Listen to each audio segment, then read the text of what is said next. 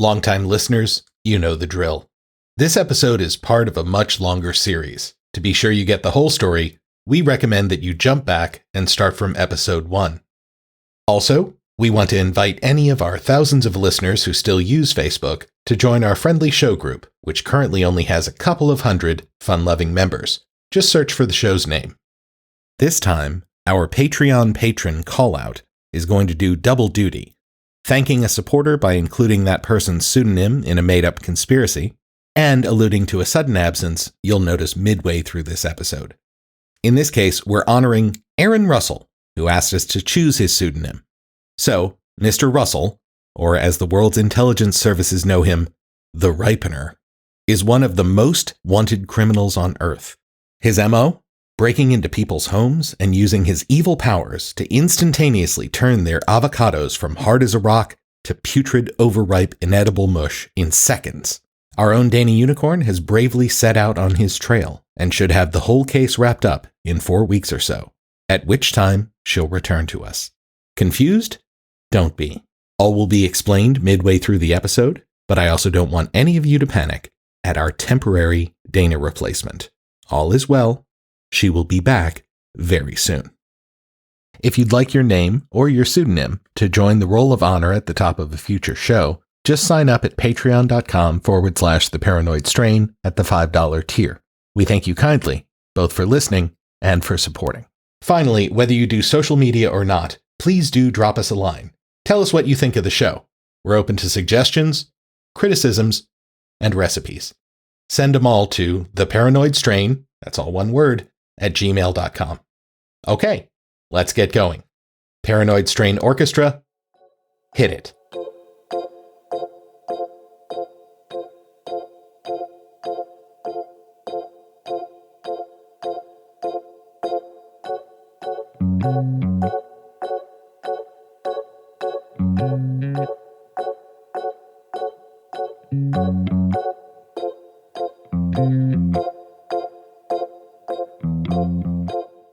Before we move on, there are 2 more voices I'd like you to hear from. The first is the controversial Taibbi himself on his podcast Useful Idiots, where he and his co-hosts comment on the press's total failure to actually grapple with the indictment of their behavior that the CJR's reporting represents. The story by Jeff Gerth this week. Yes. In the Columbia Journalism Review. This is a unique thing in the history of journalism, right? So Jeff Gerth is a longtime New York Times sort of frontline reporter who covered all like the biggest stories in the, the 80s and 90s, covered the Clinton White House, did all this stuff. As credentialed as a reporter gets, drops a 20,000 word story in the Columbia Journalism Review, fights for it for years, works on it for years. That book length treatment is just a catalog of errors, and it's full of on the record comments by people like Bob Woodward, who talks about going into the New York Post newsroom and the Washington Post newsroom and warning people away from the Steele dossier stories and having everybody just tune them out. There's one thing like that after the other, and the entire business is freezing them out. As we record this, it's like 2 days afterward. And has anybody picked it up? No, nobody in media has picked up, has done even a 30-second segment about 20,000 words in the Columbia Journalism Review, which just, it's incredible. And okay, as I previously noted, some folks think Taibbi's lost a step or even lost the plot when it comes to reporting in the modern era. So let's get a more solidly mainstream discussion from a recent episode of the excellent daily podcast The Gist, in which host Mike Pesca interviews David Isikoff, longtime investigative reporter, now with Yahoo News, an expert on the whole Russiagate kerfuffle, who was actually quoted in that big Columbia Journalism Review article I keep harping on. This is your new plan? Instead of actually interviewing experts, you're just playing segments of more popular shows? No, I'm not planning to recycle other people's interviews in the future. It just so happened that Mike Pesca, one of my favorite interviewers, had the perfect person, David Isikoff, on his show to discuss precisely the thing that I was about to talk about, and their exchange reinforced pretty much all of the conclusions that I had come to on my own. So I figured, let Pesca do a little of my heavy lifting for once. Also, all of you should subscribe to The Gist. Seriously. First, Isikoff reminds us that there was a lot of good reason for the FBI to launch their investigation in the first place, contra what you may be hearing from Republicans these days. There were lots of reasons to be quite suspicious about not just what the Russians were doing, but about potential connections between people in the Kremlin and people close to Donald Trump, and indeed Donald Trump himself. He was trying to do business in Russia while he was running for president, something that was not disclosed to the public. He praised Vladimir Putin, seemed to ignore many of the legitimate issues that the West has with Putin. There were people in his campaign, in his orbit, Paul Manafort, Mike Flynn, who had relations with various people in Russia. There was a lot of reason for the FBI to investigate. However, as Pesca points out, there's been a real unacknowledged shift in what supporters of the Trump-Russia story have claimed that it proves since it first gained prominence. The Russians interfered, but there has been some goalpost moving among members of the media, among elected officials. And the goalpost used to be Russians interfered with the help and assistance, or maybe even at the behest of Donald Trump and close members of the Trump coterie. Those goalposts have been moved to somewhere like Russia interfered. This is true. Fancy Bear, Cozy Bear, the IRA, stealing Wikipedia. Trump knew about it and did nothing about it. But that's where it moved to. But let us recall that for the length of the investigation and the Mueller report, and even afterwards, the strong implication and assertion in many quarters was that Trump himself and those close to him were much more involved than I think we can say the facts bear out.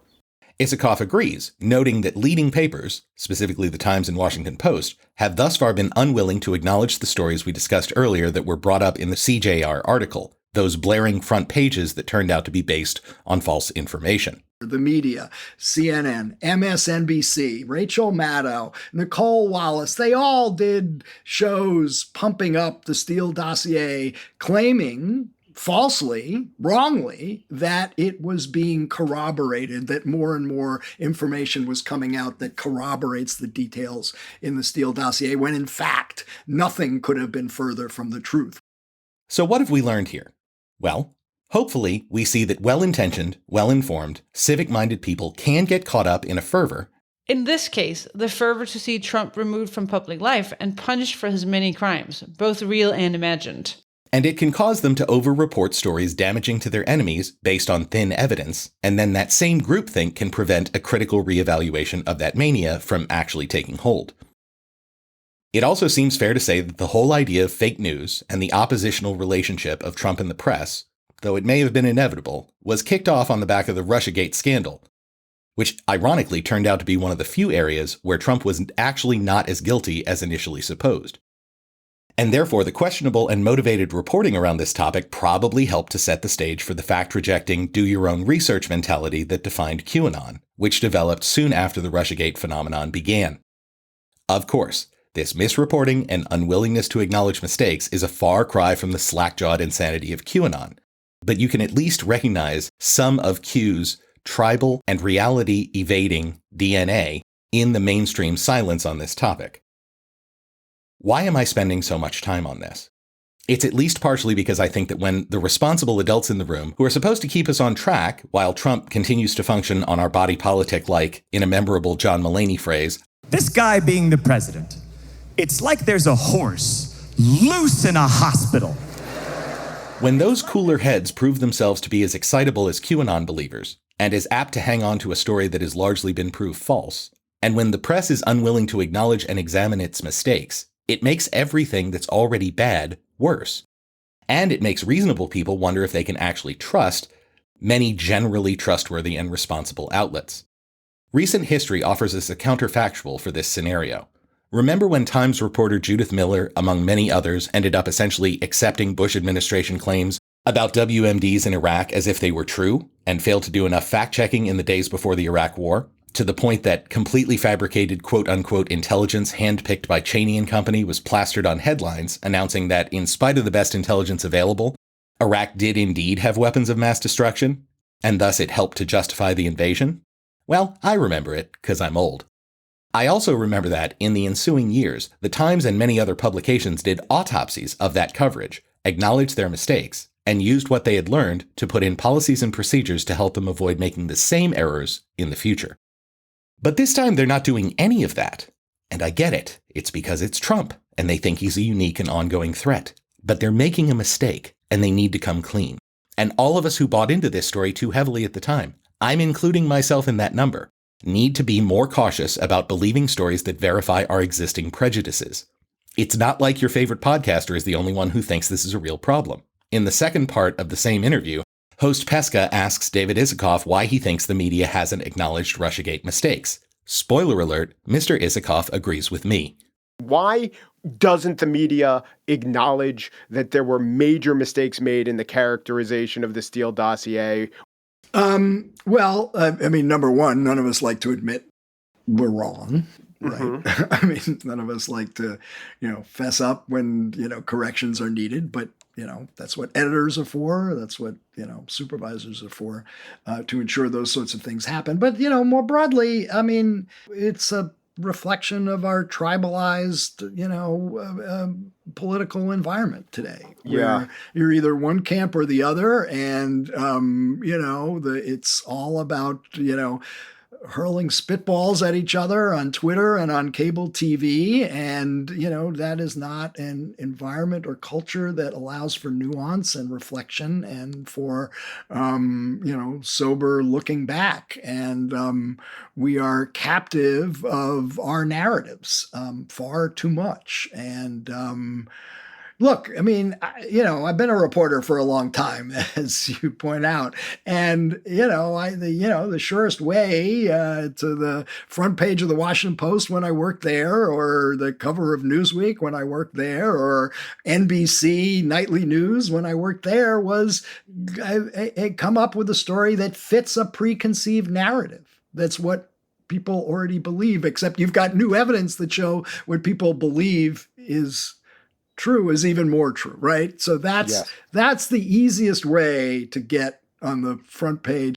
Yeah, I do think that the people who run many of these media outlets at least like to see themselves, and it's an honestly held belief that they wouldn't do that, and they're fair brokers. But I think we've, to some extent, gone from being driven by facts to being driven by truth.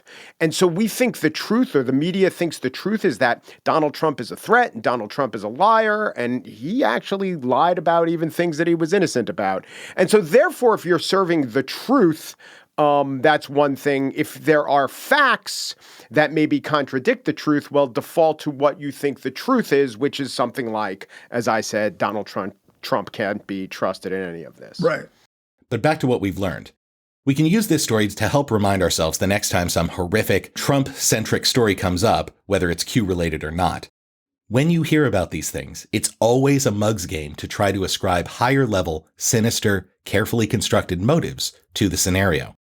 Trump isn't secretly an anti-American super spy, or hoping to hand Putin the keys to the country, or a 3D chess master outmaneuvering his opponents, always 4 steps ahead, in his plan to turn the free world into a fascist state. No.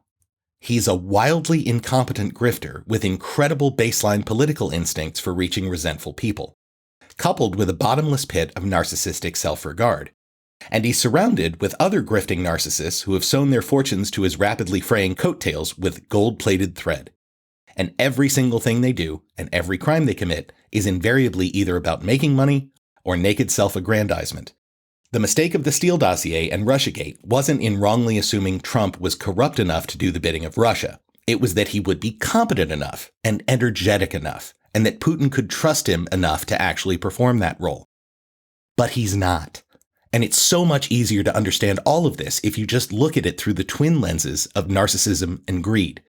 As Isikoff points out, former Trump campaign chairman Manafort, he had some very shady, very questionable dealings with obviously criminal figures in Eastern Europe. But again, the explanation is banal. Yes, there was major charges successfully brought against Paul Manafort, but, they largely had to do with payments from, the pro-Russian government in Ukraine and acting as a foreign agent for that. Not so much with any direct dealings with people in the Kremlin. Now, one of the reasons I thought that the FBI had good reason to investigate Manafort during this period is he was in hock to Oleg Deripaska. He was in hock to a leading guy very close to Vladimir Putin. That's a potential compromise right there. And, you go back to what people, what the Senate Intelligence Committee concluded about Manafort's sharing of polling data with Konstantin Kalimnik, a guy assessed to be part of Russian intelligence. And the most logical explanation for that was not that he was trying to help the Internet Research Agency in its targeting of social media ads, but he was trying to suck up to oligarchs in Ukraine and possibly Deripaska himself by feeding them some stuff so he can get some business after he left the Trump campaign, which he did in August of that year when he was fired. Use this lens to look at Trump's firing of FBI Director Comey, the move that essentially triggered this whole mess, and you can see it more clearly. It appears now that Trump actually knew he wasn't guilty of this shit, and that the Russia Steele dossier story just wasn't true. But he couldn't convince anyone of this because he lies every time he breathes. So he did what any reactive narcissist baby would do. He fired the FBI director because he was unable to consider the consequences beyond his current fit of pique. And he couldn't fathom that this would make him look guilty for the one goddamn thing he actually wasn't guilty of. Holy shit, we live in weird times.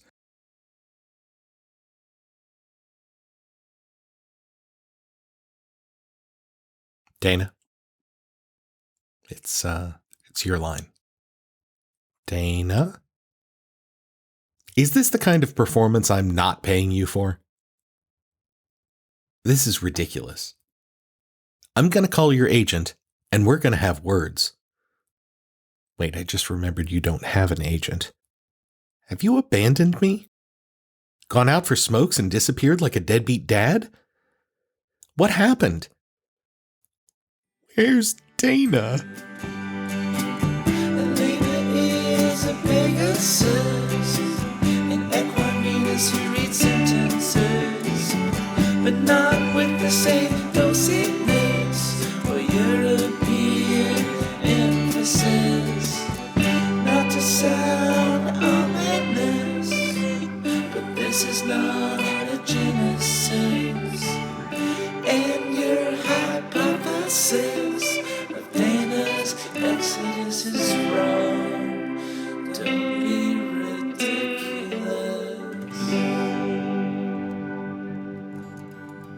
Hey there, frightened? I'm Dana Unicorn's cousin, Elena Pegasus. That's fearful, and nice to meet you, I guess. But why are you here, and what have you done with Dana? Oh, it turns out Cousin Dana forgot to mention that everyone in Europe goes on holiday for the entire month of August, and she already left on hers before you sent her this set of lines. She's gone for a month? How am I supposed to put out the next couple of shows? That's where I come in, because I'm not just an American, but an American from the South. I don't get nearly enough vacation to nope out for a whole month. So she asked me if I could stand in for a couple of episodes until she gets back. Oh, I get it. This is one of them Dukes of Hazzard situations. What do you mean? As all of us geezers know, there was a pay dispute with the original Duke boys, Bo and Luke, and while they were refusing to appear until their contracts were resolved in Season 5, the producers recast the roles with a pair of blonde and brunette lookalikes named Coy and Vance, who simply performed the already written scripts with name replacements. The audience hated them, though, and demanded the return of the original cast. Oh, it sounds like someone's a little cranky about last-minute changes. Do you need a little nap? Something to calm yourself down before we proceed? Should I call your attendant? No, I think I'm okay. As long as you do the Elena lines properly.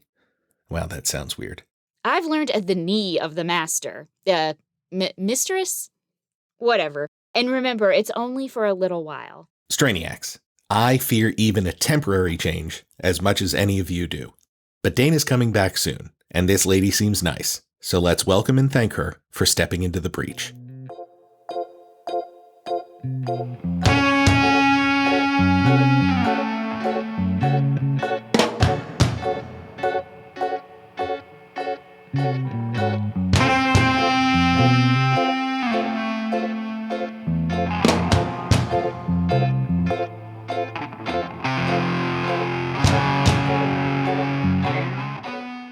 Before we finally stop talking about Russiagate, I need to convey a theory that has bothered me for years. This one's not something I've heard a lot of other people weigh in on, but my gut tells me there's something to it, so take that as you will. As Dana and I discussed earlier, I think there's an argument to be made that by overplaying the Russiagate-Mueller scenario, the anti-Trump forces as broadly construed may actually have contributed to Trump's skating on other horrific shit he definitely did. Most importantly, the Ukraine phone call where he basically tried to hold the congressionally approved transfer of arms to that country hostage. If you've followed Trump, you'll recall this communication as the perfect phone call. It was beautiful. It was just a perfect conversation. You take a look at that call, it was perfect. You folks were saying such lies, such horrible things about a call that was so innocent and so nice. Think back to those days. After the initial flurry of reports and understandably horrified reactions by reasonable people across the U.S. and the globe, and once the Democrats finally put together their first impeachment trial, broad public support for removing Trump from office just never got over the threshold that might have caused at least a few Republicans to waver on whether or not to kick that motherfucker out. And I strongly believe that the reason for that is what I might call Mueller fatigue. That is, if that whole scenario you lefties screamed about for 2 years ended in a wet fart, why should we, the not politically involved or motivated median voters of America, believe you now when you insist this Ukraine thing is an even bigger deal? Remember, most people don't pay much attention to politics. Even those political scenarios that you might, for excellent reasons, think are a threat to the entire concept of the functioning of a democracy. They really don't. So when you make a big stink about a thing that turns out not to be nearly as much of a scandal as you implied, people are going to boy who cried wolf you the next time you try to convince them that another scenario is even more super serious. Fortunately for us fans of equal justice under the law, the ever-expanding number of indictments of Trump happening at municipal, state, and federal levels are rekindling the spark of hope that he might, at some point, actually see consequences for his lifetime of grifting and malfeasance. Now, it's always possible that he will somehow skate on those charges, or, even worse, once again defy the odds, which are even longer this time, and actually win the presidency in 2024, thus potentially sparking a major constitutional crisis if and when he's both elected and convicted in one or more of these cases. Until next year, it appears we're in something of a waiting game, not only to see what Trump's fate is, but also to see what the QAnons do in reaction. And back to QAnon, the nominal focus of this whole series. One of the best pieces of news that has come out over the past few years is that in the wake of Trump's loss, Q's cultural relevance has appeared to decline. A quick check of the trend line in Google searches shows that since its maximum search popularity in, oh, surprise, surprise, January of 2021. I wonder what news event could possibly have driven that interest. It's a mystery. Anyway, searches for QAnon are down to about 10% of their level 2 years ago, which is most likely a sign that however many hardcore adherents remain, and there seem to be plenty in one form or another, which we'll get to in a moment, but the mind virus that spreads QAnon is at least somewhat on the retreat. As one USA Today report put it on the second anniversary of the Capitol riots, quote, with its figurehead Trump out of office, increasingly shunned by Washington and facing multiple investigations, QAnon has largely shrunk back into the dark corners of the internet whence it came. However, its declining relevance in the U.S., at least as a separate and distinct movement, we'll see how it's mutating and influencing other extremist movements in new and hideous ways a little later. Yes, while it may be subsiding domestically, our international listeners, along with some other disturbing news reports, have clarified to us that QAnon's non-US relevance is only picking up steam. If you think about it, this makes sense. Q is really a cult of Trump in the US. Internationally, where Trump isn't a constant factor in other countries' politics, the fact that he's out of office might not have the same depressive effect on Q belief that it has here. Not that Q beliefs make any more sense outside of America than they do inside of it, but we feel the international smorgasbord of crazy provides us a unique opportunity to, for once, feel a little better about how batshit our fellow Americans are by learning that every other country has their own supply of nutters. Let's get one potentially foreign QAnon-related story out of the way immediately. It's a quick excerpt from a QAnon-focused podcast that I'm going to bring up again later. I thought it was worth it to point out this particular moment in that show, as the host and his researcher react to the suggestion that perhaps, and I really think this is the last bit of Russia-related stuff in this series, maybe it's the case that QAnon was actually a psyop created by the Russians. I mean, it does sound like the kind of thing they would like to do, drive part of the population mad by suggesting their fellow Americans are the real enemies, and thereby perhaps convince some hardcore Trumpies that the Russians are, by the rules of QAnon and opposite day, actually the good guys. I hope our earlier discussion of the information madhouse that is Putin's Russia, and its very real attempts to spread disinformation, confusion, and hatred, both domestically and to its enemies abroad, will reassure you that we're not looking to let them off the hook for this, even if we spent some time a few minutes ago downplaying the effectiveness of Russia's election rat-fucking efforts in 2016 and 2020. After looking into it, though, we agree with Nikki Wolf, host of the Finding Q podcast, and with his researcher, Aoife. To simplify it, this theory kind of claims that QAnon was created as an ARG, or an alternate reality game, and that it was then controlled by Russia as a psychological operation, or a psyop, against the US, right? And an ARG is essentially a game that kind of incorporates elements of the real world into the gaming world. It kind of, blurs the lines between reality and gaming, I suppose. Aoife, though, is as skeptical as I am. I would say that the Russia theory is actually somewhat of a conspiracy theory itself, because... Yeah, totally. Yeah, I mean, there is a bit of evidence that that Russia was, controlling Twitter accounts that were pushing QAnon hashtags in the very early days. But I mean, I think that impact is massively overestimated by some people as well. Totally. And do I think Russia, jumped in once they saw it was a thing and, signal boosted it? Sure, they exactly. Probably basically do with everything. Yeah. But, did that have a meaningful effect on its spread? Probably not. No, I don't think so. So, most of the evidence that I've seen of, the Russia theory is pretty circumstantial. I haven't seen anything that gives it much credibility, to be honest. And I also have, an issue with this as well, because I think that simplifying QAnon as a Russian-controlled psyop, it's just, it lets people wash their hands of it in some ways and go exactly. Oh, it was Russia, Whereas this is an American phenomenon, right? Exactly. It is a homegrown US cult. So, one thing we really can't blame the Russians for is QAnon. That's our fault. Mea culpa. But now let's turn our attention to one Q-adjacent movement that actually migrated, at least in mitigated form, from our neighbor to the north into the USA. I'm speaking, of course, of the Canadian trucker convoy that so dominated the news in the first months of 2022, and which listener Joe Chambly reminded us to include when we asked folks on Facebook for topic ideas. In case you somehow missed it, a group of truckers pulled into Ottawa in early 2022 and parked their rigs in the middle of streets, making them impassable and drawing attention to the main subject of their protest, their demand for an end to Canada's vaccine mandates, especially as they related to truck drivers. This event inspired other convoys, including one that made a lot of noise as it headed across the US to its eventual target, snarling traffic in DC to protest US COVID mandates and to promote other MAGA-related ideas.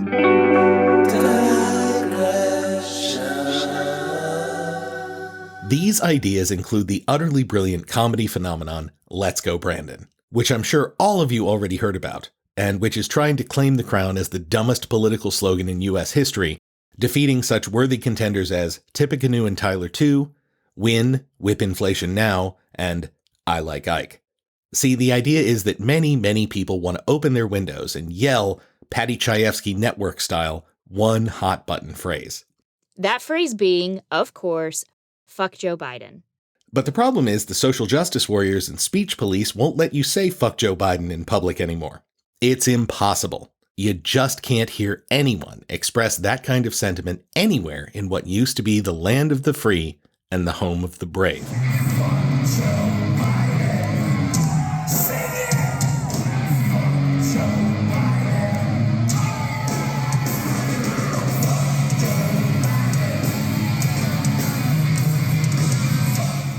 Okay, maybe sometimes flinty patriots like the entire crowd at a Ted Nugent concert are brave enough to express this idea quite loudly through a huge PA with no repercussions whatsoever. But literally no one else in the rest of the US, nay, the world, is allowed to express this sentiment because they're so intimidated by the thought cops, or something.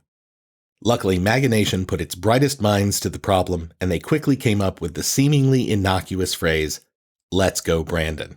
Wait, how is that connected to fuck Joe Biden? Well, I mean, it has the same number of syllables, Elena. So, uttering this phrase, or even better, emblazoning it on a huge flag you can fly off your lifted pickup, makes it easy for other cool Trump-loving folks who are in the know to see that you're one of those awesome, with-it people who understand this very complex underground cipher, which is so rare, you only see it plastered on, let's say, 98% of the vehicles at any given NASCAR event, for example. But why don't they just say, fuck Joe Biden? Like, as a disappointed lefty, I'll say it right now. Fuck Joe Biden. Get out there and fight. Or, even better, let a woman give it a shot, huh? I hear Dana Unicorn is available. If there weren't a number of problems with that proposal, including her lack of interest, the fact that she doesn't live here, and her constitutional ineligibility, I'd be the first in line to vote for President Unicorn. But your comment points out a glaring hole in this whole idea. Left-wingers have been flummoxed trying to understand what the hell this whole talking in code thing is supposed to accomplish. I guess maybe you can send your kids to school in Let's Go Brandon t-shirts, so that's a win. Digression. This whole thing reminds me of a brief period where a bunch of friends and I came up with a very sophisticated code in 6th grade where the rule was that you spelled out each word but said on after the sound of each consonant, and used a ch sound for C. Vowels were pronounced with the letter name. So fearful would be Fon Ea Ron Fon Yulan. Why did we do this stupid thing? So that we could curse in class, obviously. A few days into this phenomenon, after one too many kids announced Fon Yu Chan Kan Yano Yu at one of the other 12-year-olds, our teacher clearly replied, "Please stop," using the code, and we realized we weren't nearly as clever as we thought we were. This idea has yet to occur to Let's Go Brandon fans, satisfied to keep thinking they're still owning the libs with this clever wordplay. It's like that apocryphal story about early Christians tracing a fish symbol in the dirt to recognize each other during times of Roman repression, except for self-satisfied dickheads. Wow, Cousin Dana was right. You are one digressive motherfucker. Oh, great. None of the Dana, all of the critique.